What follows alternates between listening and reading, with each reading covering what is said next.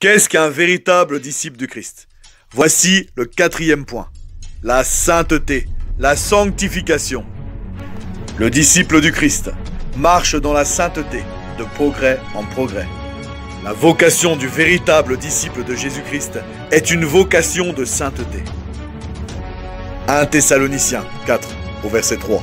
Ce que Dieu veut, c'est votre sanctification, que vous vous absteniez de l'impudicité, que chacun de vous sache posséder son corps dans la sainteté et dans l'honnêteté. Le disciple de Christ ne tolère pas le péché dans sa vie. Même s'il peut lui arriver de tomber, il demande pardon, il se repent, il se relève et il combat. Il n'est en aucun cas passif. Il combat, il lutte.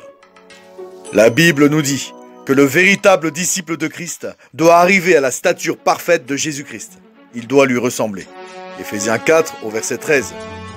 Jusqu'à ce que nous soyons tous parvenus à l'unité de la foi, à la connaissance du Fils de Dieu et à l'état d'homme fait, à la stature parfaite de Christ.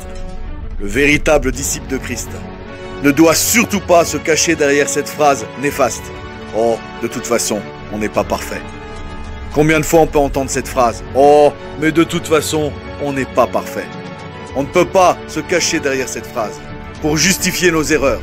Car Jésus-Christ a dit dans Matthieu 5 au verset 48, Matthieu 5 au verset 48, « Soyez donc parfaits comme votre Père Céleste est parfait. » Donc cette parole qui dit « Oh, de toute façon, je ne suis pas parfait. » Eh bien, cette parole peut nous faire cesser de combattre.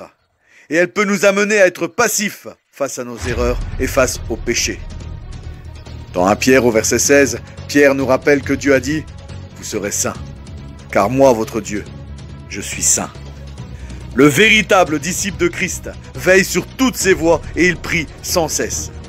Il protège sa plus grande faiblesse. Il s'éloigne de tout ce qui est pour lui une occasion de chute. Il cherche la sainteté dans toute sa conduite.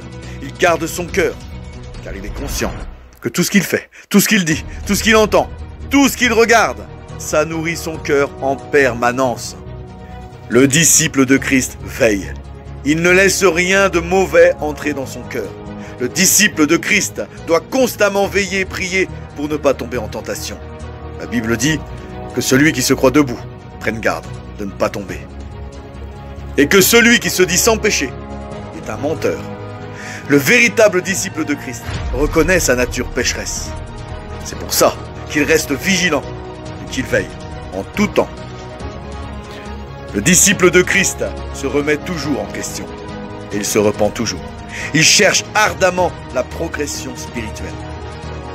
Dans 2 Timothée, chapitre 2 au verset 19, la parole dit « Le Seigneur connaît ceux qui lui appartiennent et quiconque prononce le nom du Seigneur, qu'il se détourne du mal. » Si Jésus-Christ a dit à cette femme adultère « Va et ne pêche plus », c'est que c'est possible.